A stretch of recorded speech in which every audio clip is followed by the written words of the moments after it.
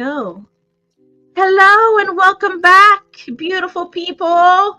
Welcome to A Glimpse of Growth with Dr. Dale. We're back here again. This is a three-part series that have been so juicy to me and all of the other viewers because of all that we are learning about the subject. Lead from who you are. Part 3. We're here with our amazing, wonderful, knowledgeable, very smart Jacqueline House. She's been dropping nothing but gems on lead from who you are. We started with know who you are. How you gonna be a leader if you don't know who you are? You gotta know who you are to lead people. We talked about emotional and intellectual grounding. We talked about being a visionary, setting path for people to follow you, to be an impact.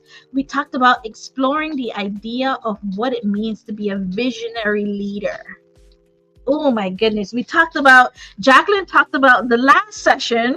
You're going to have to go see part 1 and part 2 if you want to know the details. But this is part 3. This is the last part. And we may just have Jacqueline come back. If her schedule allows. This last session we talked about sharing insights on how what it is to observe others and lead from those lessons and all that she observed from their styles and what to do and what not to do. And now we're getting ready to close it out. Jacqueline, I don't want it to end, but we everything must have an end just so we can have another beginning. So today the conversation is, remembering the power of humility and then leaving a legacy. That's our subtopic today, and we're gonna just get right into it. Jacqueline, what we were talking about just now, where the question was, why is it that so many leaders have toxic people in their environment, in their department, in their organization, and they're refusing to pass the buck or just leave those people there? What do you think it is? Well, before we go and answer that question, I want to say thank you, Dr. Dale, for the opportunity to have these wonderful conversations and for welcoming me into your space to talk about something that is near and dear to my heart: leadership, followers, and being empathetic to those whom you are leading. And speaking of dealing with toxic team members and the reluctance of leaders to address toxic team members, it goes back to the first session that we had in knowing who you are as a leader, first of all, and understanding the cues that you're seeing and how to appropriately deal with those cues. Yeah. I've seen it many times. It happens more often than we'd like to really talk about. Yeah. Is having a toxic team member who appears to get away with everything. And I think that leaders don't recognize that you cannot contain the toxicity, that it spreads throughout your team. And I've talked to leaders who many times don't feel confident in addressing what's happening. They allow their inadequacies or weaknesses to talk them out of dealing with what's happening. Yeah. And having a conversation with the person that really just focuses on the facts of what's happening. Part of knowing who you are, I believe, is being able to separate. We are all human, we all have emotion, but being able to separate, when it's appropriate, your emotions from the work that needs to be done, from the facts of what's happening. And many leaders are afraid of that. And so they allow the toxicity Mm-hmm. to stay and grow and fester and drive away good team members when Really if good. you would just face it head on and deal with it. You might lose the person, but you'll grow your team. So that's why I believe that sometimes the toxic is allowed to stay. It's also,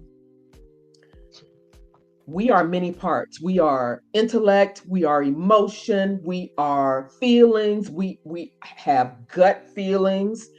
And I say to a lot of leaders, don't ignore your gut. Do not Mm-mm. ignore what's happening or the reaction that you're having in your body. Your body is trying to tell you something. Now you got to go and figure out what that What it is and use is. all of your other tools to figure Mm-hmm. out what that is, but do not ignore the reactions that your body is giving. It could be to the smallest thing. It could be, every time you walk in the room, this person um appears to be doing their job, but They're you're not not. seeing a product. Or, and that's just an example off the top of my head. We as leaders can't afford to ignore the gut feelings that we have. We have to back it up with facts, but we can't afford to ignore it. Yeah, that's where the your intuition, right? And you would know, you would be able to tap more and more into that. I find when you, to your point, knowing who you are, your self assessment of yourself, your evaluation of you, having those quiet moments and checking in with yourself, right? To your point, you said to listen. You got to listen to yourself, right? Exactly. Jacqueline, I used to be at this company that um the executive team, they had this VP of sales in the company, and he made the company uh, a lot of money, Jacqueline, and he was toxic. I mean, folks left his, as quick as HR brought people in, that's how quick they were leaving.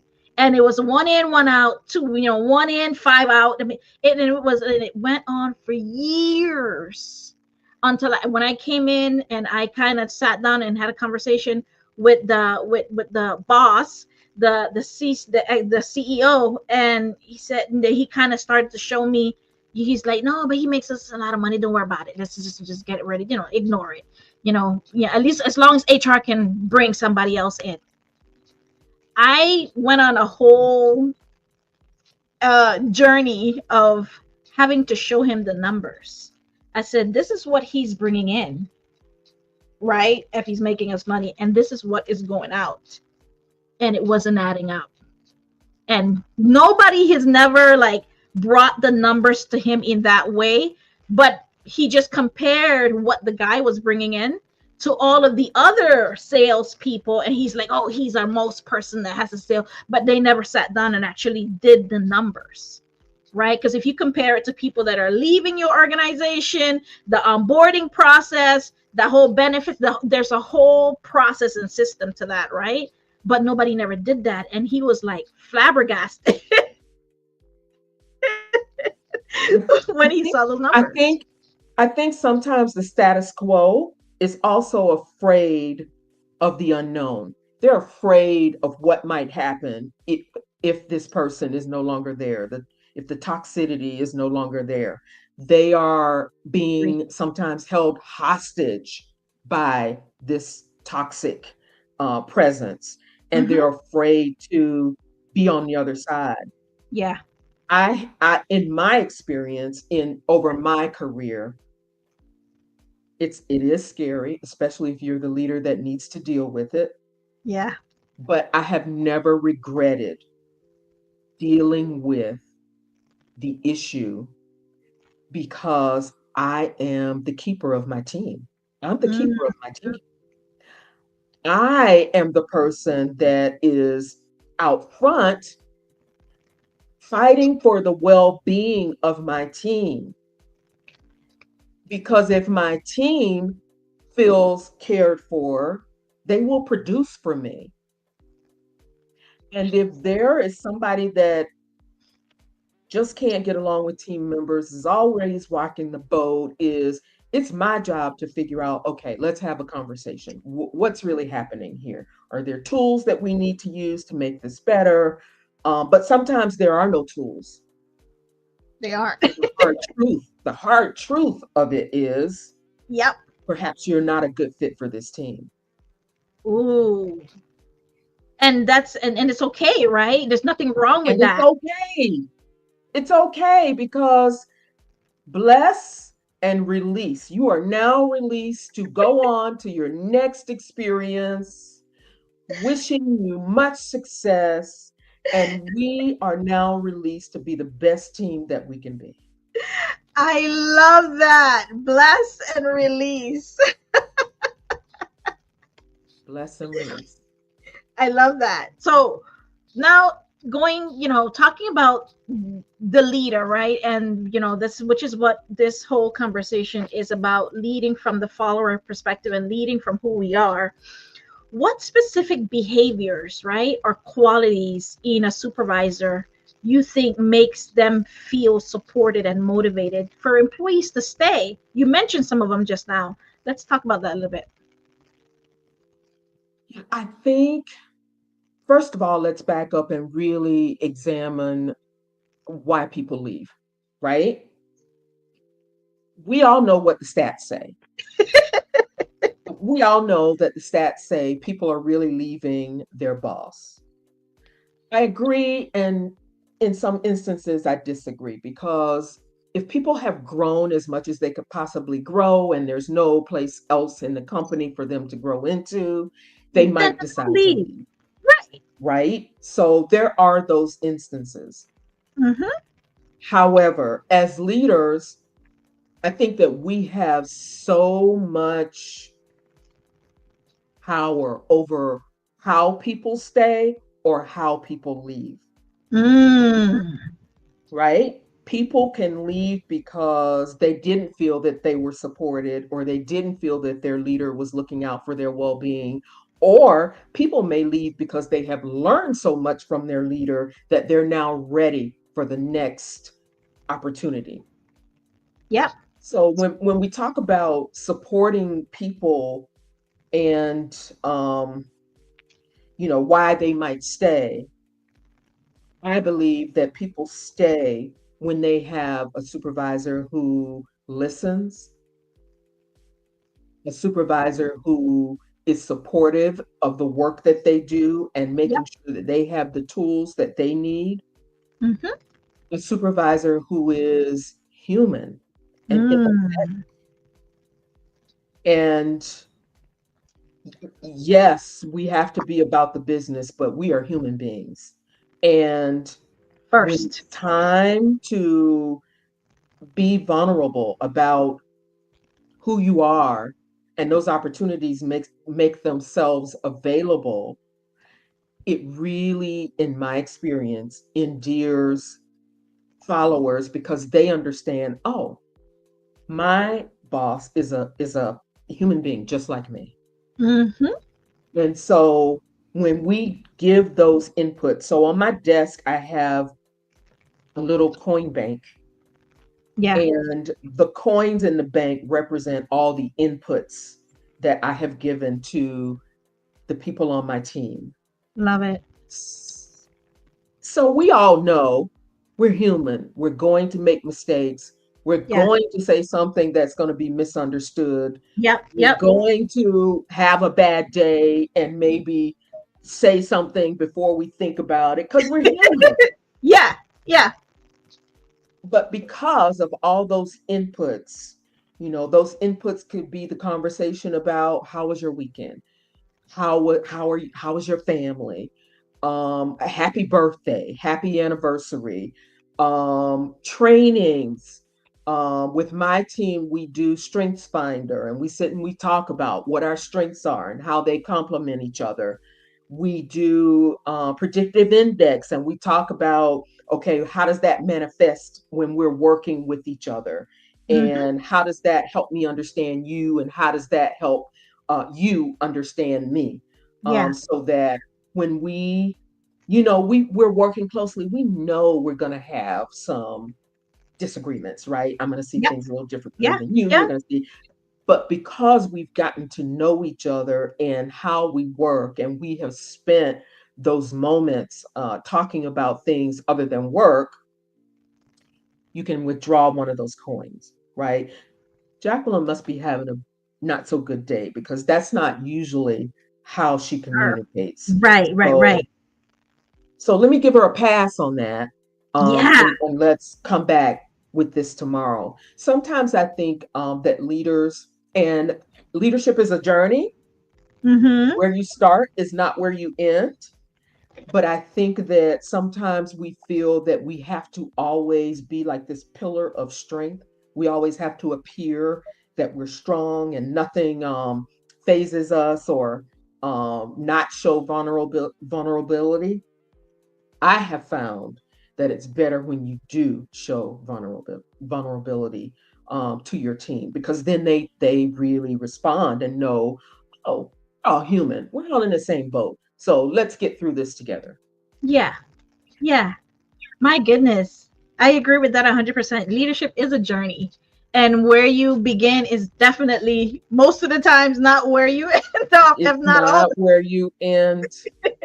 And I have to say, when I became a leader, which is why I wrote the book, it wasn't because I had exhibited these great leader of people skills. Yeah, yeah, yeah. It's because in my little corner of the world, I did an outstanding job.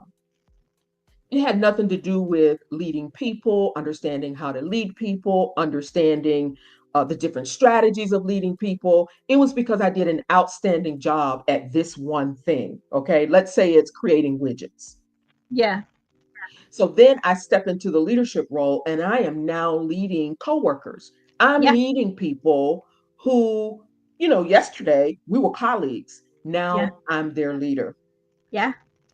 And what I learned from one of my colleagues who had the courage to step inside my office and talk to me face to face and say, listen, this is what people are saying on the team. This is how they're saying they feel, and they feel this way because of, this thing that you did or that thing that you did. And it was really an opportunity to learn how to how to navigate when you've been promoted from amongst your colleagues to now being the leader. It's as Mm, simple a thing as, when you're the leader, everybody on your team is watching everything about you, right? They're yeah. watching your facial expressions. They're trying to guess, is she in a good mood today? Is she Yeah. not in a good mood today? Is this a good time to go in and talk to her? And I am a pretty focused person. I am pretty focused on the work, Yeah. right? And not even realizing that everybody is watching my every single move. So Yeah. when I come into the office every morning, I Yeah. already have 15 things, 15 lists in my head of things I need to get accomplished today. So Yeah. I walk in my office and I close the door and I get busy with these 15, not recognizing that my team is reading that as, oh, she's not approachable. I have questions and I can't ask her questions.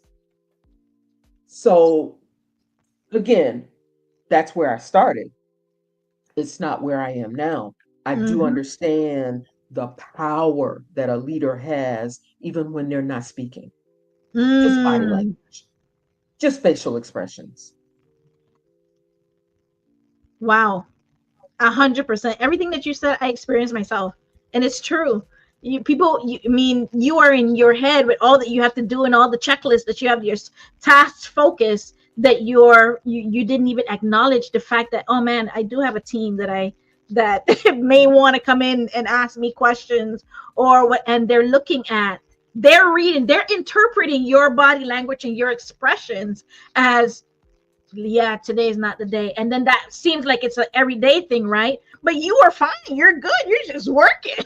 Right, right. So they are reading something really that's not there, but it is their perspective. So who can argue with their perspective? So Perspective I've is reality. also found that over communicating with my team, recognizing that I need to communicate more, that I am the one that's going to initiate the conversations about, how's the work going? What questions do you have? So, some of us just have like this persona, right? It is the persona that we have, that we were born with. Sometimes we just look more serious than what we actually are. Sometimes we just look like we're not approachable, but that's not the reality. So I have learned to overcompensate for that and to make sure that I'm communicating with my team. Yes, I'm available. What questions do you have? What project are you working on? How can I help you? So that they understand that, okay, I understand now. It's Yeah. not that she is upset or angry or not available. It's just who Jacqueline is. So I think I answered your question somewhere in there. Yeah, no, you answered it way more. And so because of these what do you call them? Deposits? What did you call that thing on your desk? I have coins that are Coins deposited. deposited in. Now they know you. Oh, that's how she is. So let me, and you are accommodating, or you are adjusting your way of being as well to make sure you meet them where they are. I love it. Yes, you answered my question and then some. So can we say that then the leader is pretty much deciding, whether that employee decides to leave or stay? I think it's a complicated. I think if you're not acknowledging the people on your team, if you're not communicating with them, if you are not allowing them the freedom to operate within their job, to have some freedom in what they produce and how they produce it, definitely it's because of the leader. I have had the good fortune, though, of having people leave my team and tell me that they're leaving because they learned so much from being under my leadership that they felt like they could take on a higher role, that they could Mhm. now go to a different role and feel equipped and prepared to succeed. So either way, so it is, you get to this, you as the leader, you are affecting, right? You are a side effect to how they see it, right? And you get to help them determine how that is going to end for them, right? Whether they stay in the company or not. Because I don't think, and correct me if I'm wrong, tell me what your thoughts are. I don't think it is the job of, is it our aim as a leader to keep the employee in the job? That is a great question. That is not the aim, should not be the aim of anyone who is truly a leader, to keep the employee in the job. My aim is to have the employee grow while they are under my leadership. And they may outgrow the position. And while they're growing under my leadership, I'm not thinking about withholding information from them because I don't want them to move on to a better position that better fits their skills and what their goals are, right? I am freely giving it to them, and what they do with it is up to them, because ultimately I want them to look back on the time with me to say, you know what, this was a really valuable time and this is what I learned that can help me next. So My that's goodness. never my goal. I agree 1000%. And you pretty much have, with that one sentence and what you just said, you dismantle that thinking, right? Because oh, we want them to stay, we want them to be in the company and help the company make money and all that. That's maybe the goal initially, presently. But what about that person that wants to grow? Personal development, their family, their life, something may change, right? And so that means they may have to move on after they have learned all that you have taught them. And I think that, we use as a metric, turnover rate, Mm-hmm. right? But I think along with that, we have to look at how long people are staying. I think in today's market, well, in my profession as a Yeah. fundraiser, marketer, communications professional, 18 to 24 months is kind of the standard in my industry. So if somebody's staying 2 years, call that a success. Mm-hmm. Mm-hmm. But you got to know that what it is for your industry, right? For your company, your industry, what does that look like, right? Um, Mhm. yeah, yeah. That was really good. I love that. I so love that. So, how do you how do you distinguish between leaving because a leader isn't effective and leaving because your personal journey has ended? You mentioned that a little bit. How do you decipher? Okay, it's do you have that conversation with that employee, or that employee is in charge of their own career development, which I think that they should, but what if they're not saying anything to you and you're kind of seeing that they're crushing everything that you give them and there's nothing else for them to do? Like, should you approach them with that conversation if they're not approaching you? What do you think? That's a great question. And I think if you're a leader, you need to lead. So in my one-on-one conversations with my employees, I'm asking them, what are your career goals? How can I support you in getting there? What skills do you feel like you need to develop in order to get to the next level? In that same conversation, I am also talking to them about these are some areas where I see you could improve, and these are some ways that you might think about doing it. Because if you Mm, say you want to go here, then these are things that I see that you need. How can we help you get those so that you can get there? And I think that conversation also is a huge part of why people would stay. Because now they see that you care about more than just the work that they're able to produce. You care about how they can grow professionally and are, what resources can you provide to help them get to the next level? And I think when people see that and they feel and they know that you are supporting them in getting to the next level, that's another coin in my bank. 100%. Oh my goodness. I wish that right now the listeners that are going to watch this recording after, that they're probably saying in their head, my God, where are the Jacquelines in my company? Or where are they in the company that I had last? I think that everybody's journey is different. Everybody's leadership journey is different. But going back to the first thing that we talked about, understanding who you are. Many people are afraid of understanding who they are. They're afraid to do the work. They're Mm, afraid to explore what are my weaknesses. They're afraid to explore how do I improve my communication? How do I make things better for those who follow me? Because some leaders are of the mindset that this is my show and this is my show and this is my show. And yes. truly, it can be your show, but you might be running it by yourself. Mic Even drop. if, even if the people are sitting there in their seats, you still might be running it by yourself. Mm. Because you're micromanaging, you're doing all the things. You are like what do you guys think? Mhm. Whatever you say we do, we'll do that.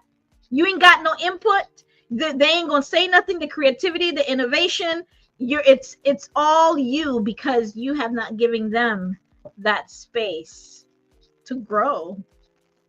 Wow, you will be running it by yourself. That's true. You know? That's true. In your experience, Jacqueline, How does a leader ability or inability to communicate transparently affect the engagement of that employee to decide whether they want to stay or not? Communication is all we got. Communication is the key to everything, whether that is face to face communication, communication in writing and email. It's all we have. And I have been on teams where the leader is absent. They Mm-hmm. could be in the room and they're still absent because they fail to communicate what's happening, what the expectations are, what deadlines they're expecting to be met, how they're expecting the work to be done. They just kind of leave the team to operate on its own. Yeah, And when yeah, you leave the team to operate on its own, a leader will emerge. Somebody on that team will emerge as the leader, but it may not be in the direction that you need the team to go. So, in my head and in my opinion, communication is the number one factor in understanding how to lead people, effectively communicating with people, do you and think understanding how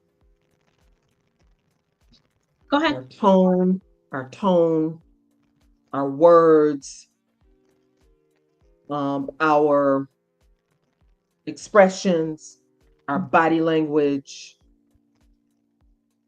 the written word, how it may come across to somebody reading it versus you saying it, what should be said versus written, how to conduct a conversation that leads into what your concerns are, how to be humane about that. Yeah. All of those things stem from who you are. And also leaders have to always be learning. We Mm-hmm. have to always be learning. And if we know we have a weakness, then it is incumbent upon us to go and find the resources that we need in order to be better at that. Mm. I could not agree more with that. 100%. Uh, where is it that you're going to find a leader? Even if you've been in the business 20, 40 years, there's still something you can learn, right? And albeit from the industry that you're in, from the people that you have around you. And I talked to someone recently and they said that I don't go to as many trainings anymore because I've heard it all, I've seen it all. It sounds like the same stuff being repeated. I'm just kind of bored. And my response to that person was, maybe you need to start going in other rooms that are challenging. Well, I have two responses to that. Yeah, One is if you're to that level where you've heard it all, you've seen it all, then maybe you need to be teaching. Maybe you need to be in front of the room giving back to people who are now in the room. And what I have found is knowing something and teaching something is two different things. When you mm, start preparing to teach something, you're automatically going to learn something new because now you need to perfect that skill in order to be able to teach it.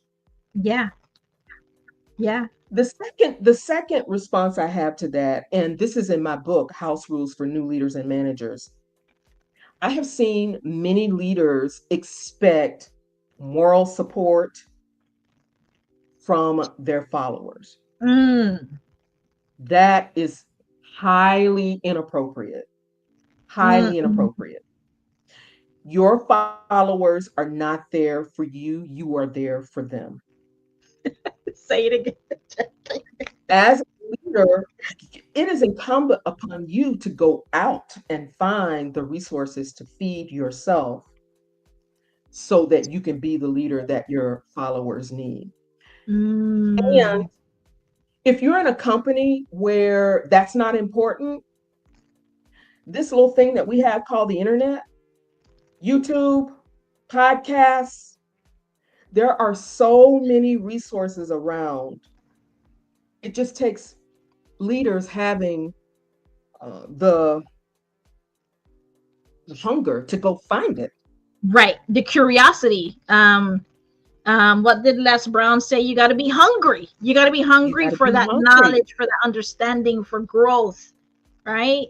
So, yeah, I love that. I love that. I'm gonna add that. I'm gonna add that. She should be teaching it, or she should be putting her, putting herself in other spaces to give that to really perfect that understanding of whatever it is that that you're interested in. Yeah, I like that. I like that. 100%. Because there are levels to leadership. Mm, When we look at some of the great leaders, some people that I consider to be great leaders, and also my mentors, whom I've never met. They don't know me. If I walked up on them, they wouldn't know me from Adam, but I would know who they are because I've read their books, I've listened to their talks, I yeah, have listened to their I've listened to their sermons. yeah. So it is incumbent upon us to go get it. Who are some of those that inspire you, those leaders? Yeah, um, I love TD Jakes. I know he's a church person, but to me, he's a great leader because he brings the ministry to the marketplace. Yeah, And there is not a time that I have listened to him that I've not learned something. yeah. Um, Books I've read, the Seven Habits. Mm-hmm. I love the way that's broken down and how I need to first be concerned about me before I can now go out and lead And lead. others. Yeah, 100%. I agree. How important, and this is my baby, how important do you think emotional intelligence is in supervision, in leaders? What are I some of think it's, those examples you would say, negatively or not, or positive? yeah, I think it's extremely important for followers and leaders. Mm-hmm. And on the follower side, I think it's important because sometimes not everything is said. And understanding who your leader is and being able to focus in on asking those questions that drill down to help you get a better understanding is about reading your leader, Yeah. right? I think on the leadership side, it's also important to be able to read your followers.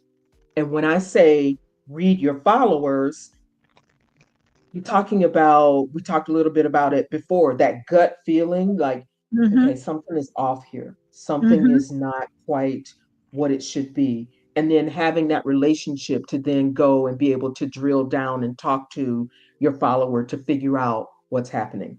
I think the emotional intelligence piece, for me, the most important piece of it is not to ignore it, Mm. Mm-hmm. not to ignore it, to get it out on the table, to have a conversation, to make your follower or to help your follower feel comfortable talking about whatever it is that's causing the uneasiness that may be happening. 100%.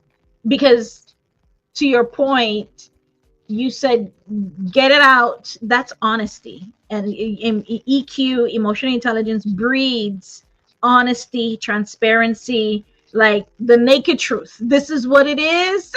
That self-awareness, right? You mean that if you can't lean into that, then you can just forget about all of the other parts of that, right? You gotta know and come in with an open book, like, things may be said that you agree or don't disagree or don't agree with, and you got to be okay and holding that space for yourself and the other person that you're interacting with, right? I think that this is not always modeled for us. So it's a huge learning curve.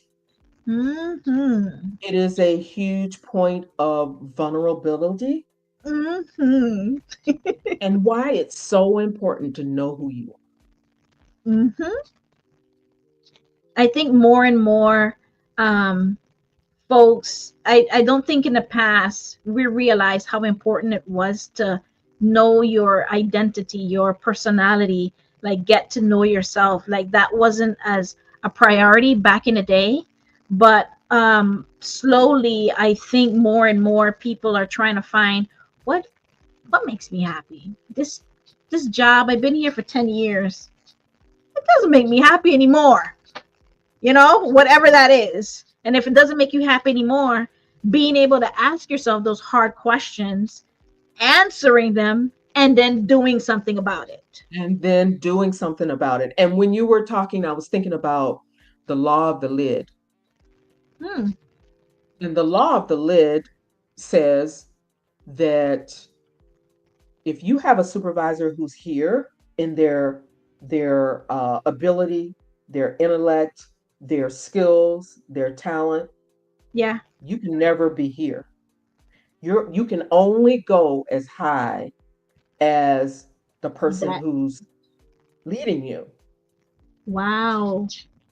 Now, there may be instances in where, as the follower, you're going out and you're getting things for yourself and you outgrow this person. But Yeah, if you're here and you're just expecting everything you get, your sustenance, to come from this leader, this yeah. is where you're going to be, because the leader perhaps is one that's not growing as well. Wow. I love that. I never heard of the law of the lid. The law of the lid, I'm going to give you the Is that a book? Is that a book, Jacqueline?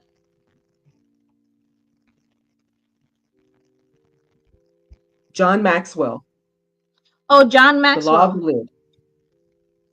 Okay, so he wrote this. So it is a book, It is like a it framework or is something. in it is in his book about leadership.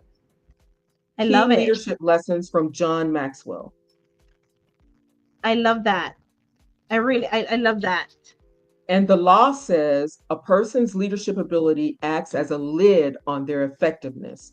In simpler terms, the higher your leadership capability, the higher your potential for success. This Mm, principle emphasizes that both personal and organizational effectiveness are capped by the leader's ability to lead. And mm, the piece that I was describing is that cap. yeah. If you have a CEO who is capped and they're maxed out right here, Yep. nobody in the company is going beyond that. The Ooh. only way that you're going to go beyond that is to find another leader. And you said, oh, or you're getting your training and your education. You're reading books. You're going seminars. You're going to all these workshops and stuff to rise above that lid. Otherwise, this is where you're gonna be at right here. That's where you're going to be. And that could be another reason that people decide to leave. Like they've just outgrown the Grown leadership. leader. Yeah, yeah. I love this. Oh my goodness. I hope you guys are enjoying these gems because I sure am. I sure am. My goodness, Jacqueline, I love that. Oh, wow. Okay, so here's another question. How do you feel a leader should balance accountability with support? And what do you think that role you think followers play in ensuring effective communication and that growth for both of us? That's a great question. As the leader, I have to make it safe for people to Mm-hmm, communicate mm-hmm, with me. mm-hmm. And I have to repeat myself to say it's safe to communicate. It's safe to ask a question. It's safe to say you need this resource. Yeah.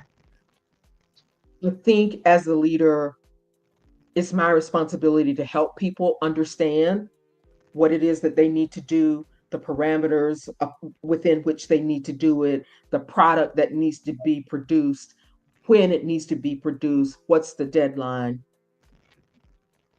It's incumbent upon me to also give them feedback so Mm-hmm. that I can guide what they're producing to the finished product, something that we all can be happy with. Yeah. Yeah. And I think in the midst of those conversations, now we are talking about what needs to happen. You're accountable for this project having a draft at this time, Mm-hmm. Setting timelines, deadlines. Yeah. setting timelines and deadlines. And now if the deadline arrives and I haven't heard from the follower or they don't have it, now to me that's where the accountability comes in. Mm-hmm. First, I want to empower my follower to be able to say to me, you know what, this piece took me longer than I thought. I don't think I'm going to hit that deadline. Can we move the deadline to, tomorrow? Yeah. But as the follower, once I have empowered you to do that, now it's your responsibility to make sure that that happens. Mm-hmm. And one of the things that we don't want to hamper people's ability to be adults. Yeah. We don't want to hamper people's ability to communicate well. So we don't want to like do too much hand holding Yeah. because this is an adult world. Yeah. And so I need to help you be accountable. Mm-hmm. And that may also be a process. The first time it happens, it may Yeah. be, right, Yeah. a Yeah. conversation. This is the expectation about how you would handle that. Second time, it might be a little bit more of a robust conversation. Yeah. This time, there might be consequences. Unless, like, there's been discussion all along, right? Yeah. That's the piece that Yeah. I think I'm trying to get to is, Communication every step of the way, right? Yeah. Yeah. I'm looking at it now 2 weeks ago, and I thought I would have been ready this week. But just to let you know, next week is cutting it too close. Can I get another week? Like that communication is happening. It's ongoing. but I think when we don't hold people accountable, we are doing them and us a disservice. 100%. I agree. I agree 100%. People feel like um, the word accountability, it's they see it as a bad word, but I think at the end of the day, it's I said I'm gonna do something. My mom always say your word is your bound. You don't have anything else in this world that is outside of you except for you, your words, right? So you're giving somebody a word, you're going to do this. If you're not going to be able to deliver, then it's behooves you to make sure you communicate that I can't do it or I'm not going to do it because of these reasons. What do you think? Hmm. No, I think it is incumbent upon any of us, um, i.e., my behavior when I was going to be out of town and things were kind of just topsy turvy. I'm like, listen, Dr. Dale, I know I said that I would be available at this time, but I'm just not going to be able. And to be able to do that with integrity, Yeah. and understanding that, giving people the opportunity to either say, you know what, forget it, or let's just reschedule. Right. I have given you the opportunity to respond. Right. Instead of just holding all the cards and playing it to the last minute, I was like, I thought I would have been in to make it, and it just didn't happen. You gave ample time and you thought ahead, because then it's not an afterthought, right? You're putting the person's they you set a deadline. You're putting the person in. You're giving them consideration for what we have scheduled, right? So that's why I thought it was. I'm like, yes, as long as you let me know. That's all I say to my when I use my team. I'm like, as long as you let me know, I'm good. But if you don't tell me, I don't know. Exactly. I can't react to things. I can't make decisions about things that I don't know. Yeah, 100%. And I used to have team members all the time. They waited until the last minute, or they waited even in the meeting. We're in the meeting. We're supposed to be going over stuff, right? And the question was like, all right, your turn to kind of share your status of your projects. Oh, I don't have it. That's the stuff that would get me mad, Jacqueline, and that's why I needed Yeah, Jesus. I needed Jesus there. that's not acceptable for any of us. No, no, at all, right? At all. So that's just to show you, I'm like, okay, Jesus, this is for me to have patience, and you testing me in the moment. This is with me checking my emotions and my body language and everything. So in the moment, I was like, okay, let's discuss after, and just leave it there and keep going right to the next person. Otherwise, it's gonna be this, and then we're in the wrong place, Right, wrong time. We're not right. in the right room, and all the things. um, Jacqueline, another question for you: what kind of feedback or recognition from your leader um, has made you feel, going back as the follower, has made you feel valued, and how does that lack thereof contribute to your decision to continue to grow in your career? I think this is different for every follower because every Mhm. follower is a different human being. Yeah. For me, it was just recognition of my work, Mm, recognition of my brilliance, recognition of the thing that was yeah. created, and how that got us to the next level, or how that won us a grant, or how that just recognition of the work is important. But to me, Yeah. that's my makeup. um, for my team, recognizing them in front of the team, the work that Mm-hmm. they've done, Mm-hmm. Mm-hmm. helps them to feel recognized. We do an employee um, appreciation event, Yeah. where we recognize employees who Very have good. gone above and beyond. And I think recognition amongst peers Yeah. is some of the best recognition that employees can have. Yeah. Yeah. So making it well-rounded, right, is not only from the top down, it's the sides, and it's the also probably the ones that that are below them, right? So you're Yes, getting a yes. whole 360. And just a simple thank you. Like Yeah. nobody else has to be around, just a simple thank you. Yeah. Thank you for the work that you've done. Kindness. Yeah. Civility in the workplace. That is so, so crucial. And it helps to make the environment, the culture, and the entire department and the entire organization, you're breathing easier. You're coming into a place where you actually enjoy, right? And that's not it's not mind-blowing information. That's something that we learned in kindergarten, right? Say please and thank you. Be Yeah. nice to people. Yeah. Yeah.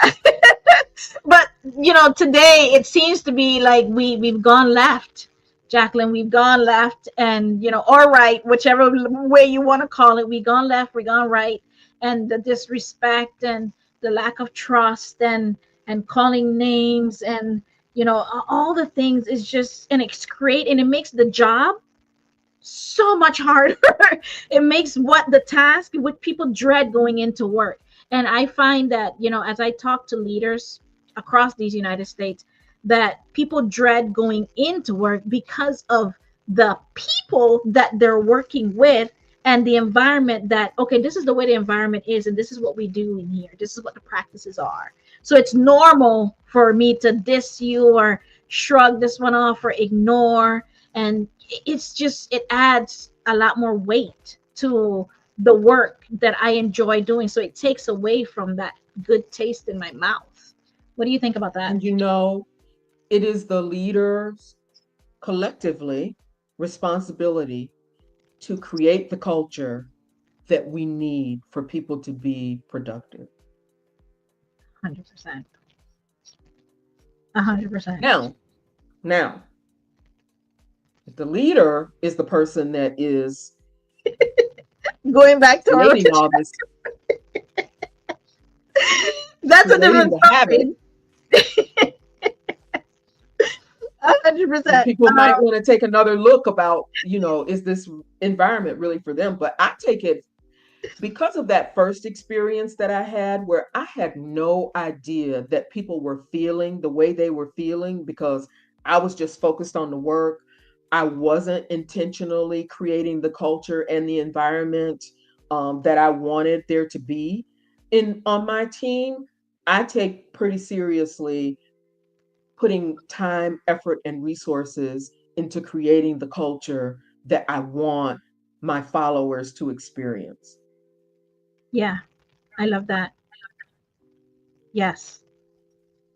Jacqueline, do you think that um, mentorship and even maybe even sponsorship from your throughout your years in growing into your career and in your leadership roles, do you think that where do you think that you learned most of your hard leadership experience? Was it from going to those trainings or making mistakes yourself, or you had someone, a mentor that brought you and said, you're mine, let me take you that along this road?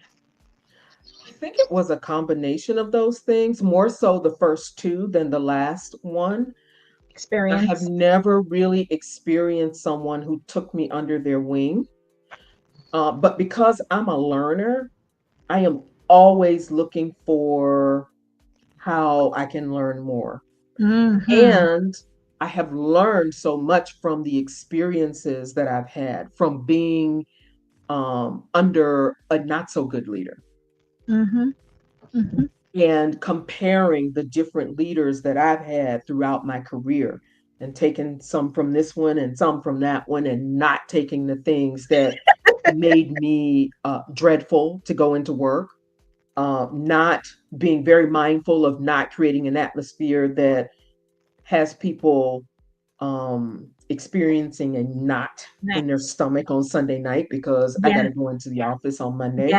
Yeah. So being very mindful of those experiences, and my MBA centered on leaders and followers, which I knew I wanted to study because of those experiences.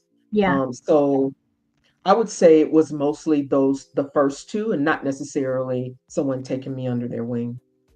Yeah. I love that. You learn in spite of. I used to say that I wished when I was trying to break into HR, I wished I could. I tried reaching out to so many other HR leaders that, directors, VPs, that were all the things, to ask them questions and how do I get into HR, and I mean it was crickets. It was crickets, and it wasn't for the lack of not reaching out, and I just had to kind of figure out for myself, let me just take this, because I was scared to take a leadership role because I felt like I didn't have what I needed to take the role, right? Because I was never a manager, so I wanted somebody to mentor me because my manager saw something in me that I didn't see in myself. So I just decided to, you know what, let me give it a try, I guess, and just. Yeah, I think in hearing you say that, I think it is always incumbent upon us as professionals to find our professional association and to Mhm. join it and to be active in it, because that's where you're going to find people with experiences that you can tap into. If it's just a conversation over lunch, just a formal mentorship, but it's a conversation over lunch and you're Yep. learning, Yep. right? I also think that when you join those associations and you start to then explore having leadership roles within those Those. associations, Mhm. then you start to be able to apply some of the things that you're learning. So, in that respect, I can say I had many mentors because Mhm. I would always find my professional association and get involved. That's exactly what I did.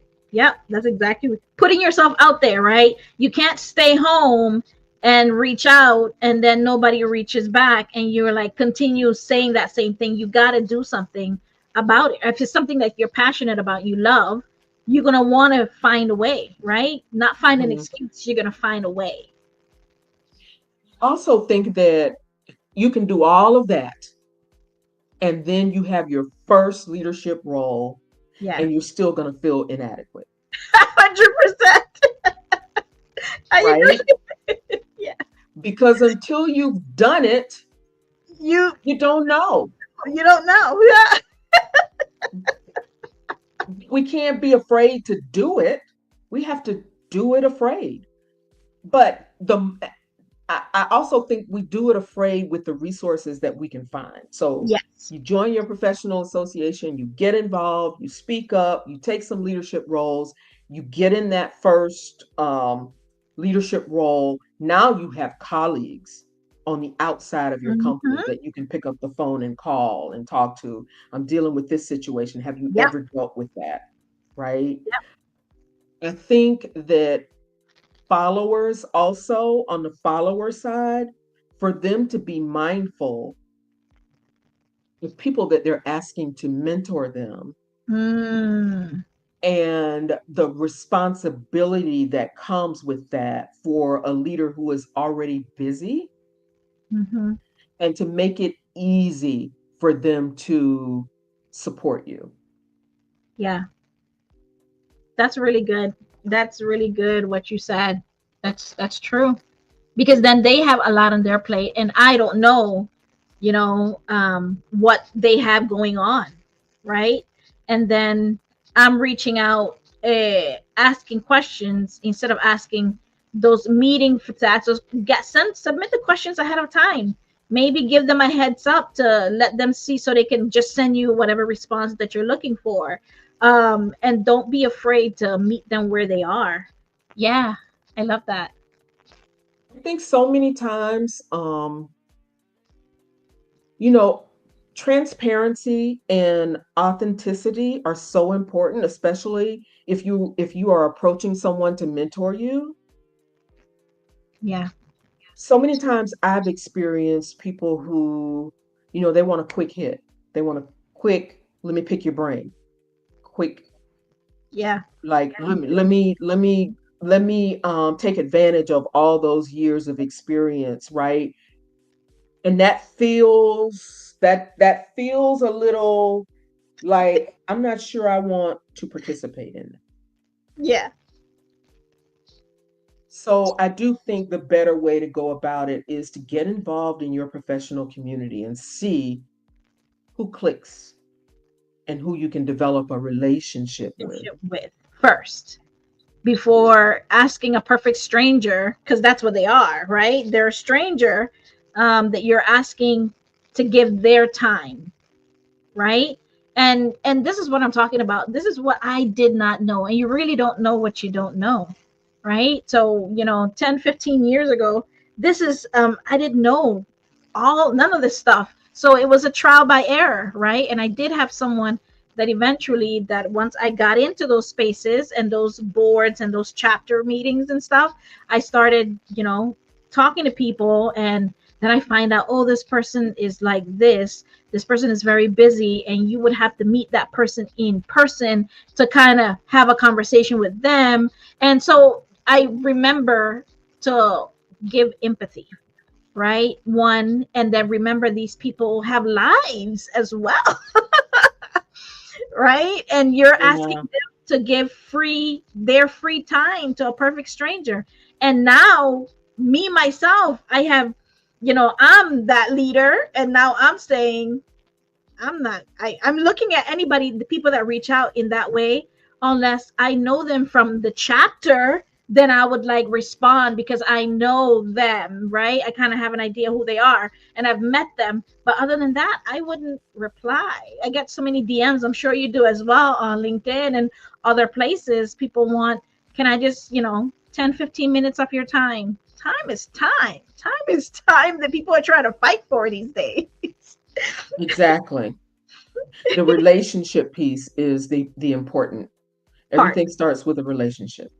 Yeah, I agree 100%. Oh my goodness, especially in this world of the new AI age, right? Where, where we are heading, and you got to be able to balance, right? Because AI is AI, and AI can never replace that human connection.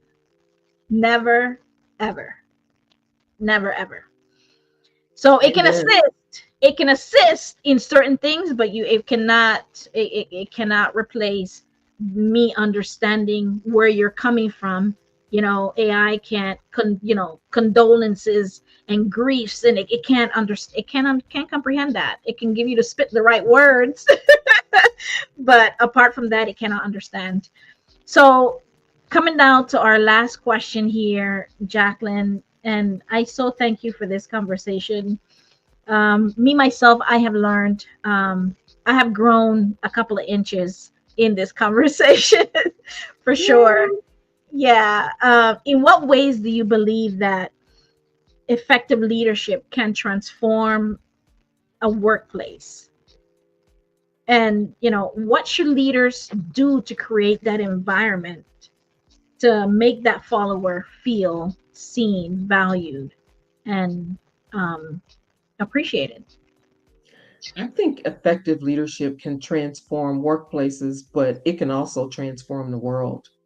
Mm, And I think the first stop on transformation way is being intentional, not allowing things to happen just because they happen, but having a strategy and a plan, envisioning how we want this place to feel, how we want this place to work, sitting with that, getting that down on paper, starting with the end in mind, nine. and then backing up to understand what are the inputs that we need to put in to get to this vision that we have. If we want a friendlier workplace, what are inputs that we need to input to make this a friendlier workplace? If we want everyone to feel seen and heard, what inputs do we need in order to make sure that that happens? What trainings do we need? What speakers do we need to bring in? Who can help us to get there, to make this vision a reality. And I also think that you've got, I see it in concentric circles. So it can change the world, it can change companies, it can change your team. You only have control over what you have control over. Mm-hmm. At this point, I have control over the vision of my team. So I'm going to start there. What do I want my team? How do I want my team to feel? How do I want them to show up? Yeah. How do I want them to grow? Starting with that end in mind, and then Mm-hmm. backing up and putting in the inputs that I need in order to accomplish that. Yes. Yes. 100%. There's a quote that you told me in the beginning of our conversation that has stayed with me, and I want to end with that. If you can expand on that, and um, we'll go from there. And that's this that would be I don't want it to end. Jacqueline, can't you see me lingering? I don't want it to end, but we got to end. Everybody, we got to end. So you said be quick, be bright, and be gone. Did I get it right? You did, you got it right. And so I have to tell you that quote is the product of me understanding who I am. I understand myself to be very, like, I got it, right? I already see the vision. I'm Yeah. already at the end. But everybody does not operate the way that I operate. And while I might like to, hang a plaque on my wall so everybody can see, listen, when you come into my office, you need to be quick, you need to be bright, you need to be gone because I'm busy. I got things to do. But how would that make people feel? That would not make them feel the way I want them to feel.